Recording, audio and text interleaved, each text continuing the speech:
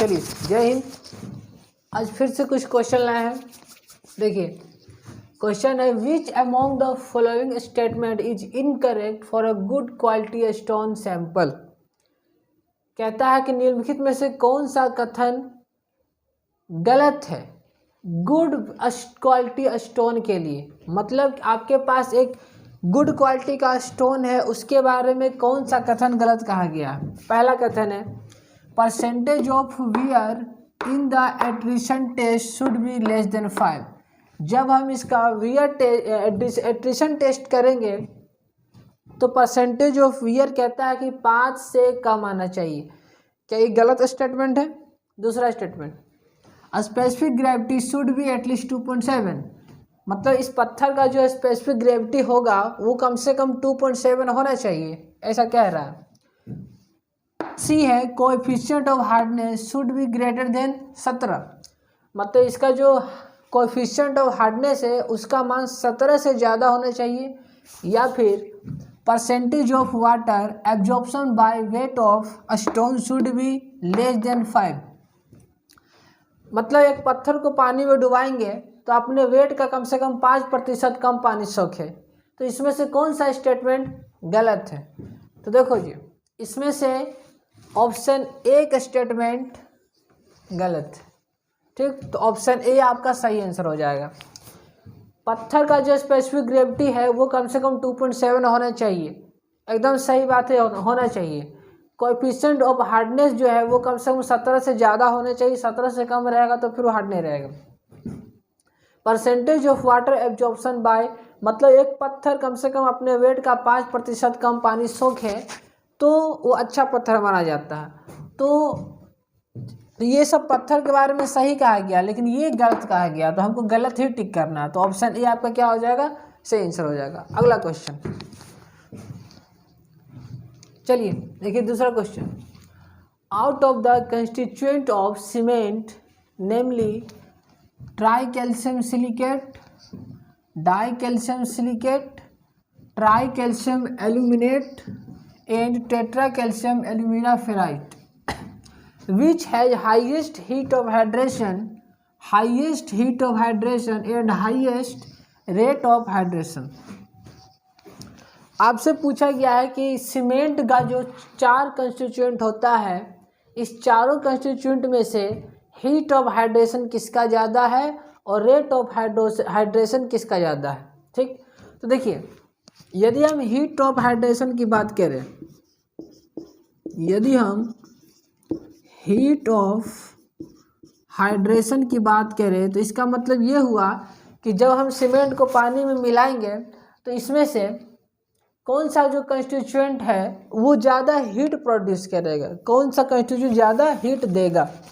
तो इसके संदर्भ में यदि देखा जाए तो सबसे ज़्यादा हीट देता है C3A, उसके बाद देता है C3S, उसके बाद देता है C4AF और लास्ट में सबसे कम देता है C2S।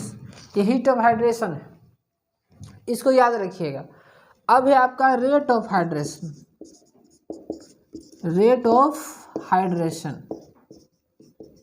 अब रेट ऑफ हाइड्रेशन कहने का मतलब क्या हो गया। तो रेट ऑफ हाइड्रेशन कहने का मतलब है कि कम समय में ज़्यादा हीट कौन दे रहा। रेट का बात हो रहा, कम समय में ज़्यादा हीट कौन दे रहा। तो उसके लिए आपको ये सीक्वेंस याद रखिएगा, C4AF, C3A, C3S और सबसे लास्ट में C2S। ठीक, देखिए हीट ऑफ हाइड्रेशन किसका ज़्यादा है, C3A का, और रेट ऑफ हाइड्रेशन सबसे ज़्यादा किसका है, C4AF का। तो ये कहाँ पर ही आपका ऑप्शन सी में है। तो ऑप्शन सी आपका क्या हो जाएगा, करेक्ट आंसर हो जाएगा। ठीक है, चलिए नेक्स्ट क्वेश्चन में आते हैं।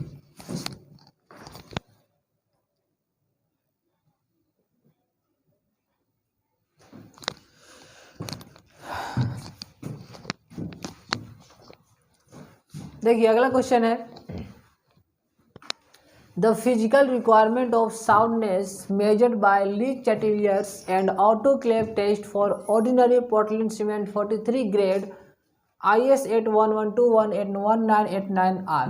मतलब आपसे कहता है कि देखो जी, साउंडनेस टेस्ट के लिए हम लोग ली चैटेलियर और ऑटोक्लेव टेस्ट दोनों करते हैं। तो जब हम ली चैटेलियर से करते हैं तो साउंडनेस का वैल्यू कितना होना चाहिए, और जब हम ऑटोक्लेव टेस्ट करते हैं तो साउंडनेस का वैल्यू कितना होना चाहिए। ऑप्शन है 5 mm 1%, 10 mm 0.8%, 5 mm 0.8%, 10 mm 0.5%। देखो जी, आपका सही आंसर है बी। ली चैटेलियर से जब हम साउंडनेस टेस्ट करेंगे तो 10 mm से ज़्यादा एक्सपेंशन नहीं होना चाहिए, और जब हम ऑटोक्लेव टेस्ट करेंगे तो जो एक्सपेंशन होना चाहिए वो 0.8% से ज़्यादा नहीं होना चाहिए। समझ में आया कि नहीं। अगला क्वेश्चन है, the low heat cement consist of a lower percentage of which of the following. कहता है कि जब हम लो हीट सीमेंट बनाएंगे तो किसका मात्रा कम देना होगा। देखो जी, लो हीट सीमेंट कहने का मतलब हुआ कि जिसमें हीट ज़्यादा प्रोड्यूस ना हो। अब जो ज़्यादा हीट प्रोड्यूस करता है, जो कंस्टिट्यूएंट ज़्यादा हीट प्रोड्यूस करता है उसी को कम कर दो तो वो लो हीट सीमेंट बन जाएगा। तो ज़्यादा हीट प्रोड्यूस कौन करता है, अभी बताए थे C3A। C3A जो है ज़्यादा हीट प्रोड्यूस करता है, तो इसका मात्रा कम कर दो तो वो जो सीमेंट बनेगा वो लो हीट सीमेंट बनेगा। तो ऑप्शन ए आपका क्या हो गया, सही आंसर हो गया। चलो अगला क्वेश्चन है आपके पास, which of the following minerals has more than 50% share in rapid hardening cement. Rapid hardening cement में 50% से भी ज़्यादा मात्रा किसका होता है, C2S का, C3S का, C3A का या फिर C4AF का। रैपिड हार्डनिंग सीमेंट में 50% से भी ज़्यादा मात्रा किसका होता है, तो C3S का होता है। ऑप्शन बी आपका सही आंसर। दूसरा है, नेक्स्ट है, the weight of water to be added to prepare the mortar cube to conduct compressive strength of cement is. आप एक सीमेंट का क्यूब सैंपल बनाए हो, ये चेक करने के लिए कि उसका कंप्रेसिव स्ट्रेंथ क्या है। मोटार बनाए हो 1:3 रेशियो लेके, एक सीमेंट 3 बालू का रेशियो लेके आप एक मोटार बनाए हो, ठीक, क्यूब साइज का। उसका कंप्रेसिव स्ट्रेंथ यदि चेक करना है तो वो मोटार बनाने में हम वाटर कितना देंगे वो आपसे पूछा है।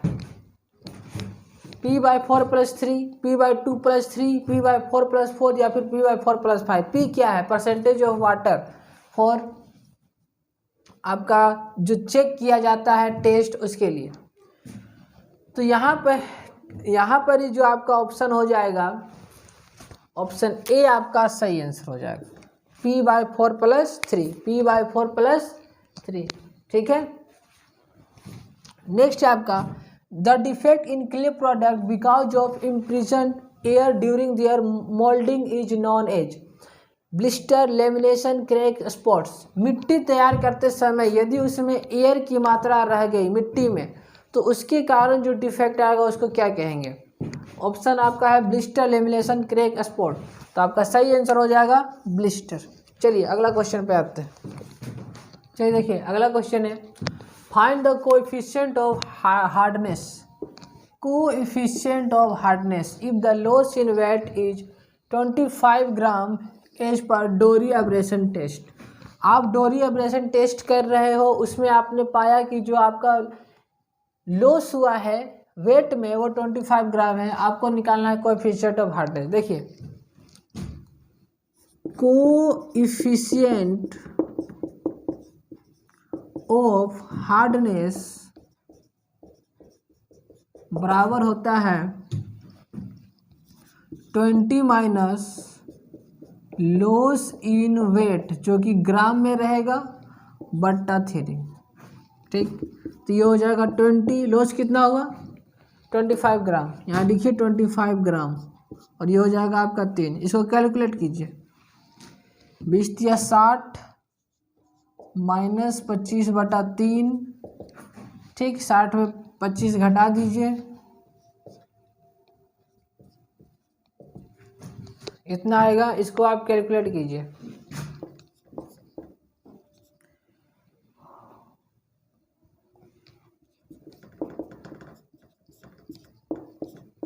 $11.67 कितना आएगा? 11.67 इतना आएगा आपका कोएफिशिएंट ऑफ हार्डनेस। ठीक, तो आपका ऑप्शन सी सही आंसर हो गया। ठीक, अगले क्वेश्चन के लिए अगले वीडियो में। धन्यवाद।